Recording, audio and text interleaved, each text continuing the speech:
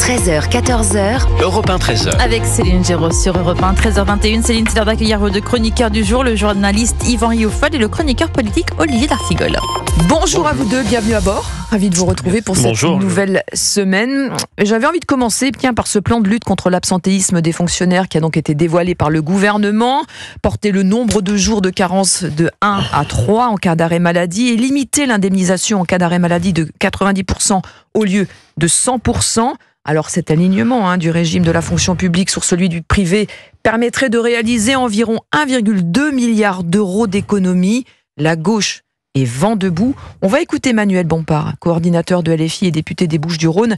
Il était l'invité ce matin de France Inter et pour lui, le nombre d'arrêts maladie dans la fonction publique s'explique par la dégradation des conditions de travail. D'abord, il faut se poser la question de savoir pourquoi. Parce qu'il y a eu sans doute, d'abord, il y a plus de souffrance au travail et ça produit des absences. Et pourquoi il y a plus de souffrance? Parce que les conditions de travail dans la fonction publique se sont très largement dégradées ces dernières années.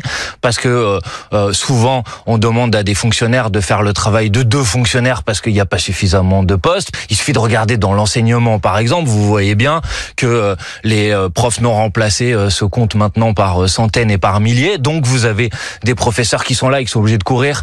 Dans le budget de Monsieur Barnier, on annonce qu'il va y avoir 4000 enseignants en moins.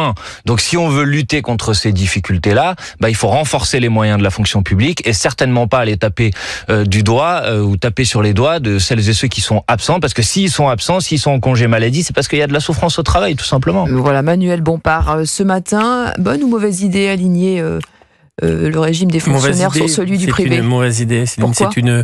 D'abord, c'est une mesure purement budgétaire pour aller chercher 1,2 milliard des 5 milliards supplémentaires que cherche l'exécutif. Mais c'est un peu dans l'air du temps, il y en a beaucoup Si les comptes publics étaient bien tenus, on n'irait pas vers ce type de décision. Ça s'aligne sur les plus mauvaises situations dans le privé. Parce qu'il y a aujourd'hui, avec des conventions collectives pour les salariés du privé, des compensations de jours de carence. En 10 ans, le nombre de jours d'absence est passé quand même de 43 millions à 77 millions, 80% d'augmentation. Et ça frappera les fonctionnaires malades. Voilà. Alors après, je ne veux pas dire que l'absentéisme n'est pas un sujet.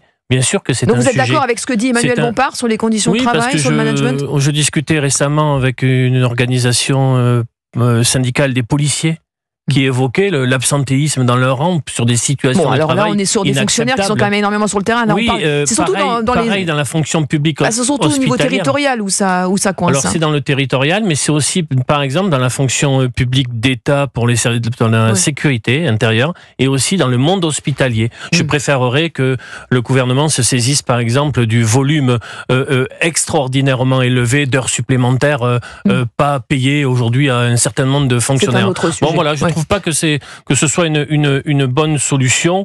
Encore faudrait-il commencer vraiment par l'amélioration des conditions de travail. Yvan Rioufol, bonne ou mauvaise idée? C'est plutôt une bonne idée que de mettre les regards sur les conditions de la fonction publique quand on veut faire des économies d'État. C'est-à-dire que jusqu'à présent, l'État faisait des économies à la petite cuillère. Là, en l'occurrence, c'est un petit peu la même chose, ce sera très symbolique, mais au moins, on se pose la question de savoir si la fonction publique n'a pas quelques liens avec ce surendettement. Et en effet, le lien le plus évident serait naturellement, et c'est pour cela que je dis que c'est une mesure qui est tout à fait symbolique, le lien le plus évident serait naturellement de réduire le nombre de fonctionnaires. Il y a près de 6 millions de fonctionnaires et on va en supprimer 3 000, c'est-à-dire que c'est absolument risible. Mais au moins, je pense qu'il est tout de même utile de se rendre compte que l'absentéisme des fonctionnaires pose un problème dans la mesure où, depuis 10 ans, l'absentéisme a augmenté de 80% dans le service public, dans le secteur public, comparé au secteur privé. Et donc, moi, je suis pour qu'il y ait un alignement du public sur le privé, sur ces questions, naturellement, de congés, mais également, on pourrait aller plus loin, un alignement sur les retraites, sur la condition, sur les conditions de comptabilité des retraites, et aller plus loin encore sur les conditions de pérennité du travail, qui est un travail à vie pour les fonctionnaires, est un travail, naturellement, qui est beaucoup plus aléatoire pour le privé. Donc, j'aimerais bien que l'on casse un petit peu tout ce moule aujourd'hui, qui fait que le service public, la condition de fonctionnaire est une condition qui devient très privilégiée. La gauche est vent debout, on l'a entendu avec Manuel Bompard. On va écouter Sébastien Chenu, il était l'invité ce matin sur RTL. Le député du Nord et vice-président du RN répond pourquoi pas, mais sous certaines conditions. Moi, je crois qu'on peut regarder comment égaliser les jours de carence entre le public et le privé. Je pense que c'est une piste qu'il faut regarder avec attention. Elle figure en tous les cas dans les propositions qui sont les nôtres. Je suis un peu dubitatif sur le financement, c'est-à-dire sur plutôt ce que ça rapporterait. Le gouvernement nous dit que ça rapporterait, je crois, 1,2 milliard. C'est dans notre programme égalisé entre le public et le privé. Donc, je trouve que c'est une piste intéressante. Il faut regarder. Je vous dis sur le résultat, j'ai quelques interrogations. Et en revanche, sur la journée travaillée, la journée, la suppression d'un jour férié, je pense que ça rapporte rien. J'ai l'impression que parfois sur le financement, mais c'est un peu comme sur le budget ou sur les finances publiques de notre pays, ce gouvernement raconte n'importe quoi. Voilà, Sébastien Chenu ce matin. Drôle de pays qui ne remercie ses fonctionnaires que dans des moments extraordinaires. Après de grandes tempêtes, on remercie les électriciens. Après ou pendant des grandes crises sanitaires, on remercie les hospitaliers. Pour sécuriser les JO, on remercie les forces de police.